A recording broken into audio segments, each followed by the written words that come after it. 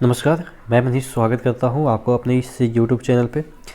दोस्तों, आज अपन 3 या 4 प्रश्न देखेंगे। 4 प्रश्न के बीच आप समझ सकते हैं कि 4 से आपको कम से कम तो 14 कंसेप्ट सीखने को मिलेंगे और एक दूसरे से इंटरकनेक्टेड चीज़ें मिलेंगे। पेशेंस रखिएगा। ये एक एक इसमें सेंटेंस काफ़ी महत्वपूर्ण है, एक एक वर्ड काफ़ी महत्वपूर्ण है। क्योंकि क्या होता है ना भाई, कि जब भी आप पॉलिटी पढ़ते हैं तो पॉलिटी में थोड़ा सा शब्दों का हेर फेर है, थोड़ा सा ट्विस्ट कर देगा, एक दूसरे से संबंधित हो जाएगा, यानी कि एक अनुच्छेद से दूसरा अनुच्छेद पे हम शिफ्ट कर जाएंगे। तो यानी कि आप समझ सकते हैं कि आपको इसको बारीकी से पढ़ना होता है। आप इसको एमसीक्यू के थ्रू पढ़ेंगे तो थोड़ा सा दिक्कत हो जाएगा, क्योंकि एक दूसरे से इंटरकनेक्टेड है। शुरू करें। पहला क्वेश्चन है, राष्ट्रपति के संदर्भ में क्या सही है। देखिए, राष्ट्रपति के संदर्भ में 4 ऑप्शन दिए हैं और इसमें से पूछा जा रहा है कि कौन सा सही है।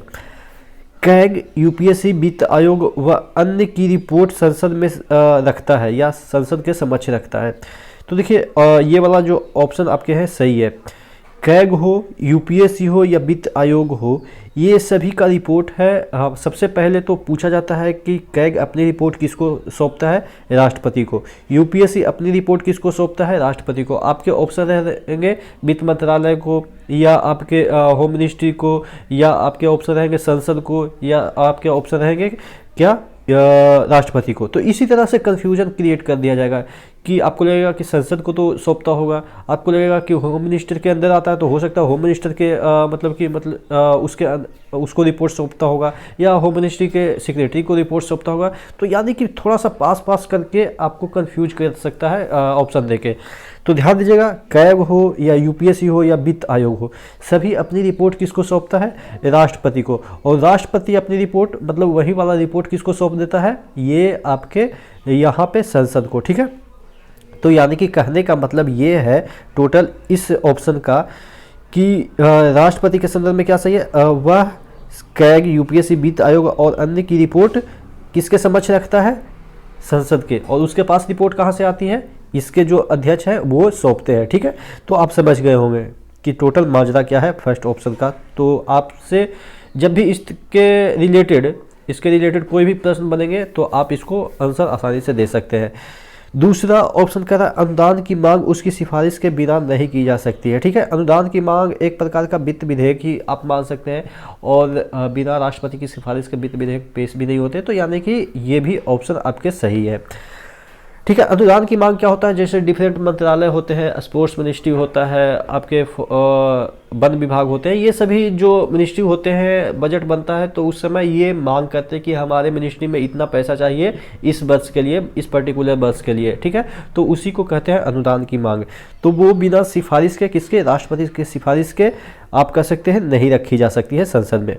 सैन्य अदालत द्वारा दी गई जो सज़ा है उसको माफ़ कर सकता है, उसको परिवर्तित कर सकता है, या उसके जो नेचर है उसमें परिवर्तन कर सकता है। कहने का मतलब ये है, जो आपके कोर्ट मार्शल होते हैं वो जनरली अपन लोग के जो अदालत होते हैं, जितने भी सिविल कोर्ट होते हैं या सुप्रीम कोर्ट या हाई कोर्ट होते हैं, उसमें नहीं होता है सैन्य लोग का जो मतलब कि मुकदमा चलता है। जैसे आपने सैन्य में रहते हुए, यानी कि डिफेंस में रहते हुए कुछ गलतियां की तो आप पे मुकदमा उसी के कोर्ट में चलाया जाएगा। ठीक है, तो उसके अगेंस्ट आप अपील कर सकते हैं, मतलब कि जो आपको सज़ा दी गई है उसको राष्ट्रपति माफ़ कर सकता है, या उसके जो सज़ा है उसके रूप में परिवर्तित कर सकता है। हो सकता है कि आपके जो भत्ता वगैरह है उसको ख़त्म कर दिया गया सैन्य अदालत के द्वारा, तो राष्ट्रपति उस भत्ते को कहेगा कि नहीं, इसकी भत्ते को ख़त्म मत करो, इसकी जो ड्यूटी है मतलब कि 1 महीने की सैलरी है वो कट कर दो। ठीक है, तो मतलब कि बहुत सारे तरीके से वो परिवर्तित कर सकता है।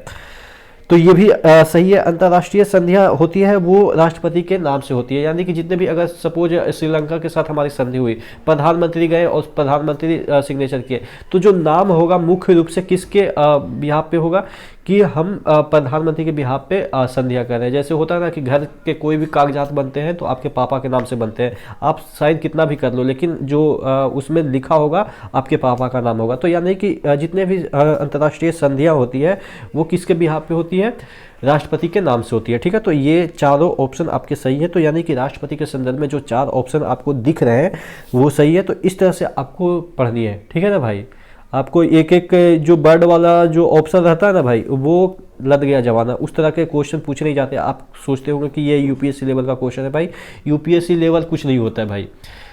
अगर आपके कंसेप्ट क्लियर है तो यूपीएससी हो या चाहे तो कुछ भी हो, सब क्लियर हो जाएगा, ठीक है ना। तो आप कंसेप्ट पे फोकस कीजिए, किसी पर्टिकुलर एग्जाम पे नहीं। एग्जाम कंसेप्ट से निकलते हैं, ना कि एग्जाम के क्वेश्चन पर्टिकुलर होते हैं, ठीक है। क्वेश्चन अगला देख लेते हैं, अध्यादेश के संदर्भ में क्या सही है। अध्यादेश जो कि आपको पता है ऑर्डिनेंस जिसको हम इंग्लिश में बोलते हैं। अगर संसद नहीं बैठी है और उस समय हमें कानून बनाने की जरूरत होती है तो राष्ट्रपति अध्यादेश लाता है, ठीक है, और उसकी मैक्सिमम अवधि 6 महीने तक हो सकती है, ठीक है। ये अध्यादेश के बारे में बेसिक पॉइंट आपको पता है। 4 ऑप्शन देख लेते हैं, 5 ऑप्शन सॉरी दिया है, उसके बारे में चर्चा कर लेते हैं क्या क्या ऑप्शन है और क्या सही है। यह संविधान संशोधन हेतु जारी किया जा सकता है। तो देखिए, कभी संविधान संशोधन के लिए अध्यादेश नहीं लाया जाता है, ठीक है। कोई कानून बनाने के लिए लाया जाता है, लेकिन संविधान संशोधन के लिए मतलब कि ये नहीं लाया जाता है अध्यादेश। हालांकि संविधान संशोधन भी एक प्रकार का कानून है, ठीक है। संविधान संशोधन भी एक प्रकार का कानून है। ये किस एक विवाद हुआ था उसमें कहा गया था, वो आप नीचे कमेंट बॉक्स में कमेंट करेंगे, ठीक है। एक विधेयक की भांति या पूर्ववर्ती हो सकती है। कहने का मतलब, पूर्ववर्ती का मतलब कि अगर सपोज आज का अध्यादेश लाया गया, आज अध्यादेश सपोज आज 20 को अध्यादेश लाया गया, 20/4 को अध्यादेश लाया गया, 2020 को अध्यादेश लाया गया, लेकिन राष्ट्रपति ये कह सकता नहीं आज तो हमने अध्यादेश लाया, लेकिन ये लागू कब से होगा, 10/4 से ही लागू होगा। यानी कि 10 के बाद आपने जो भी काम किए हैं और इस अध्यादेश के कानून के अंतर्गत आता है तो आपको सजा मिल सकती है, ठीक है। तो यानी कि पूर्ववर्ती का मतलब ये होता है, ठीक है, कि जो अध्यादेश है वो पूर्ववर्ती भी हो सकती है। तो ये आपके ऑप्शन सही है, ये आपके गलत है, क्योंकि संशोधन के लिए अध्यादेश नहीं लाया जाता है। अध्यादेश राष्ट्रपति जारी या वापस पीएम के जो पीएम लीड करता है, मंत्रिमंडल के सलाह पे करता है। क्या होता है कि अध्यादेश जारी करता है राष्ट्रपति, तो ऐसा नहीं है कि सोया हुआ है राष्ट्रपति मन किया कि अध्यादेश ला दो, नहीं।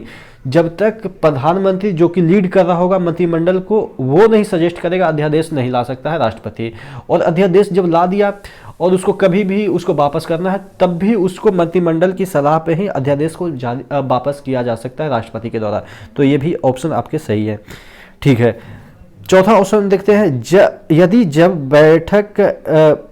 जब बैठती है तो उस पर कार्यवाही नहीं करती है तो बाद में बैठक के सदन के 6 सप्ताह बाद स्वतः समाप्त हो जाती है। यदि दोनों सदन निरुमोदन कर देती है तो 6 सप्ताह के पहले ही समाप्त हो जाती है। इस ऑप्शन का कहने का मतलब ये है कि अगर दोनों सदन बैठ गई, पहले तो नहीं बैठी थी, इस वजह से अध्यादेश लाया गया, अगर दोनों सदन बैठ गई तो दोनों सदन जो बैठ गई, जो लास्ट में सदन बैठी, उससे 6 सप्ताह के बाद वो अध्यादेश खत्म हो जाएगा। कंडीशन क्या होनी चाहिए कि ये जो बैठक हुई इसमें से कोई किसी ने डिस्कशन ही नहीं इस पे किया, ठीक है। जैसे ही लास्ट सदन, यानी कि 2 सदन होती है, लास्ट सदन के बैठक के 6 सप्ताह के बाद अध्यादेश स्वतः खारिज हो जाती है, अगर इसने कोई इस पे एक्शन नहीं लिया, ठीक है। अगर एक्शन लिया तो क्या हो सकता है, अगर एक्शन लेगा तो 2 तरह के एक्शन लेंगे, कि इसको कहेगा कि चलो इसको जारी रहने दो, ठीक है। दूसरा एक्शन लेगा कि नहीं इसको खत्म करो, ठीक है। तो यानी कि 2 तरह के एक्शन लेंगे। एक तो हुआ कि एक्शन ही नहीं कुछ लिया, तब ये 6 सप्ताह के बाद खत्म हो जाएंगे अध्यादेश। अगर एक्शन लिया तो एक कहेगा कि जारी रहने दो, तो जारी कब तक रह सकता है, 6 महीने तक मैक्सिमम रह सकता है, ठीक है। अगर एक्शन लिया नो के रिस्पेक्ट में, यानी कि कहा कि नहीं इसको जारी नहीं रखना है, तो जिस दिन एक्शन लिया उसी दिन खारिज हो जाएगा, ठीक है। बात समझ में आई। एक तो 6 सप्ताह के बाद खारिज होगी, और एक तो 6 महीने के बाद खारिज होगी, और एक उसी दिन खारिज होगी। कौन कौन से कंडीशन में है वो आपको समझा दिया मैंने, ठीक है। अध्यादेश समाप्त होने के बावजूद भी उसके अंतर्गत किए गए कार्य वैध प्रभावी होंगे। मतलब कि ये कि अध्यादेश जारी हो गया और उस दरमियान, यानी कि अध्यादेश जारी है, उस दरमियान उसके अंतर्गत किए गए हुए जितने भी कार्य होंगे उसको न्यायालय में चुनौती दिया भी जा सकता है, तो ये माना जाएगा कि वो जो कार्य किया गया है उस अध्यादेश के तहत वो सही है, ठीक है। तो ये भी ऑप्शन आपके सही है। अच्छा, क्षमादान शक्तियों के संदर्भ में विचार करें, यानी कि आपसे पूछा जा रहा है कि क्षमादान जो शक्तियाँ होती है, क्षमादान की शक्तियाँ किसके पास होती है, राष्ट्रपति और राज्यपाल दोनों के पास होती है। कंफ्यूज नहीं होना है कि सिर्फ राष्ट्रपति के पास होती है, राज्यपाल के पास होती है। उसके संदर्भ में 5 पॉइंट दे रखे हैं, अपन इसको भी डिस्कस कर लेते हैं। राष्ट्रपति सैन्य अदालत द्वारा दी गई सजा को क्षमा कर सकता है, परंतु राज्यपाल नहीं। बात समझ में आ गई। शुरू में मैंने क्या कहा था, राष्ट्रपति सैन्य अदालत यानी कि कोर्ट मार्शल जिसे हम कहते हैं उसकी सजा को माफ कर सकता है, परिवर्तित कर सकता है, यानी कि जो मन होगा वो कर सकता है। लेकिन राज्यपाल के हाथ में सैन्य अदालत संबंधित जितने भी मतलब कि दिए गए हैं वर्डिक्ट उससे संबंधित इसका कोई भी मतलब कि ये नहीं है कि ये कुछ कर सकता है। जो भी करना है राष्ट्रपति कर सकता है। ठीक है, तो ये आपको समझ में आ गई, राज्यपाल इसमें कोई हस्तक्षेप नहीं कर सकता है। राज्यपाल मृत्युदंड को निलंबित, स्वरूप परिवर्तित अथवा दंडावधि कम कर सकता है। कहने का मतलब ये है, निलंबित एक वर्ड है और एक होता है खारिज करना। ठीक है, दो वर्ड अलग अलग है। एक सस्पेंशन होता है, सुनते होंगे कि सस्पेंड कर दिया गया, लोगों को सस्पेंड कर दिया जाता है नौकरी से। एक होता है कि उसको बर्खास्त मतलब कि निलंबित ये टर्मिनेट कर दिया गया। ठीक है, दो वर्ड होते हैं, एक सस्पेंड करना, एक टर्मिनेट करना। सस्पेंड का मतलब कि जब तक आप सस्पेंड है तब तक आपको आधी सैलरी मिलती रहेगी। जैसे ही आप जीत जाएंगे केस वगैरह जो भी है, या आप रिप्लाई कर देंगे कि हमें इस वजह से मैंने ये गलतियां की, अब भविष्य में नहीं होगा, अगर सेटिस्फैक्टरी आपके रिप्लाई होंगे तो आपको पुनः जॉब पे रख लिया जाएगा। ठीक है, लेकिन अगर टर्मिनेट कर दिया गया इसका मतलब आप कभी जॉब कर ही नहीं सकते। ठीक है, तो ये होता है दोनों। तो राज्यपाल मृत्युदंड को सस्पेंड कर सकता है, सस्पेंड कर सकता है, निलंबित नहीं कर सकता, मतलब कि टर्मिनेट नहीं कर सकता, यानी कि पूरी तरीके से खारिज नहीं कर सकता है। ठीक है, तो ये भी ध्यान रखना है कि निलंबित कर सकता है, सस्पेंड कर सकता है, मतलब कि कुछ दिन के बाद उसको फांसी होगी, इस तरह से आप कर सकते हैं मृत्युदंड का। उसके स्वरूप को परिवर्तित कर सकता है कि हो सकता है कि उसके जो मृत्युदंड दिया गया है उसको आजीवन कारावास में कन्वर्ट कर दे, या दंडा अवधि कम कर सकता है, या दंडा अवधि मतलब कि ये कि अगर 20 वर्ष किसी की सजा हुई है, 20 वर्ष, तो उसको कम करके कहेगा कि नहीं चलो इसको 5 ही वर्ष सजा दो। तो ये सब काम कर सकते हैं जो कि राष्ट्रपति भी करते हैं। लेकिन राष्ट्रपति के बाद एक अल्टीमेट शक्ति क्या है कि वो सजा को एकदम से खत्म ही कर सकते हैं। मृत्युदंड की बात करें तो एकदम से खत्म ही कर सकते हैं। अगला ऑप्शन देख लेते हैं जो कि सही है, राष्ट्रपति अपने आदेश के कारण बताने के लिए बाध्य नहीं है। ठीक है, यानी कि जो राष्ट्रपति आदेश सॉरी यहाँ पे अध्यादेश होगा। ठीक है, अध्यादेश जो लाते हैं उनका कारण बताना अनिवार्य वो नहीं समझते, यानी कि उनको ये नहीं कोई कह सकता कि आप अध्यादेश क्यों लाए हैं। ठीक है, तो ये अनिवार्य नहीं है या बाध्यकारी नहीं है। राष्ट्रपति को अपनी शक्ति का प्रयोग करने के लिए सुप्रीम कोर्ट द्वारा कोई दिशा निर्देश की आवश्यकता नहीं होती है। देखिए, राष्ट्रपति के बहुत सारे अपने उनके वीटो पावर भी होते हैं या बहुत सारी शक्तियाँ भी होती है। तो ये आप मान के चलिए कि उनकी अपनी कुछ विवेक की भी शक्तियाँ होती है, जो कि अपने विवेक से ही वो डिसीजन लेते हैं। जैसे गवर्नमेंट बनाने की बात हो, अगर मतलब कि त्रिशंकु विधान मतलब कि ये हो गया है, त्रिशंकु वहाँ पे पार्टियाँ आ गई है, यानी कि कोई भी पार्टी का बहुमत नहीं है, तो उस समय विवेक की शक्ति प्रयोग करते हैं राष्ट्रपति। तो अगर तो ये पूछा जाता है कि क्या उस समय सुप्रीम कोर्ट जो दिशा निर्देश देता है उसके तहत काम करते, तो नहीं, सुप्रीम कोर्ट दिशा निर्देश दे सकता है, चलो ठीक है, ये मान सकते हैं कि देता है और राष्ट्रपति लेता भी है, लेकिन ये बाध्यकारी नहीं है कि सुप्रीम कोर्ट जैसा बोले वैसा ही राष्ट्रपति करे। ठीक है, सुप्रीम कोर्ट जैसा बोले वैसा ही राष्ट्रपति करे, ऐसा बाध्यकारी नहीं है। हाँ, कुछ मामले में मंत्रिमंडल जैसा सजेस्ट करे वैसा करना राष्ट्रपति के लिए बाध्यकारी है, लेकिन सुप्रीम कोर्ट जैसा कहे वैसा करना राष्ट्रपति के लिए बाध्यकारी नहीं है। तो ये पॉइंट आप ध्यान रखिएगा। अगला देख लेते हैं, जब क्षमादान की पूर्व याचिका राष्ट्रपति रद्द कर दी हो तो दूसरी याचिका दायर की जा सकती है। ये गलत है, दूसरी याचिका दायर नहीं कर सकते हैं। ठीक है, अगला देख लेते हैं, उपराष्ट्रपति उम्मीदवारी के लिए कितने कितने प्रस्तावकों और अनुमोदकों की आवश्यकता होती है। देखिए, एक प्रस्तावक होता है, एक अनुमोदक होता है। ठीक है, प्रस्तावक यानी कि मतलब कि ये कि इनको बना देना चाहिए, अनुमोदक मतलब कि एकदम से प्रॉपर कि हाँ यही बनना चाहिए। ठीक है, मतलब कि इस तरह से आप समझ सकते हैं, थोड़ा सा और भी डिफरेंस है। तो देखिए, प्रस्तावक भी 20 होना चाहिए और अनुमोदक भी 20 होना चाहिए। राष्ट्रपति के संदर्भ में प्रस्तावक 50 होना चाहिए और अनुमोदक भी 50 होने चाहिए। और देखिए, एक व्यक्ति अनुमोदक और प्रस्तावक दोनों नहीं हो सकता है, यानी कि राष्ट्रपति बनने के लिए आपको 100 लोगों की समर्थन आप कर सकते हैं और उपराष्ट्रपति बनने के लिए 40 लोगों की, क्योंकि 50 लोग तो आपको अनुमोदन ही करेंगे और 50 लोग प्रस्ताव रखेंगे आपके लिए। ठीक है, तो ध्यान दीजिएगा 50 और 20 कहाँ कहाँ पे यूज होता है।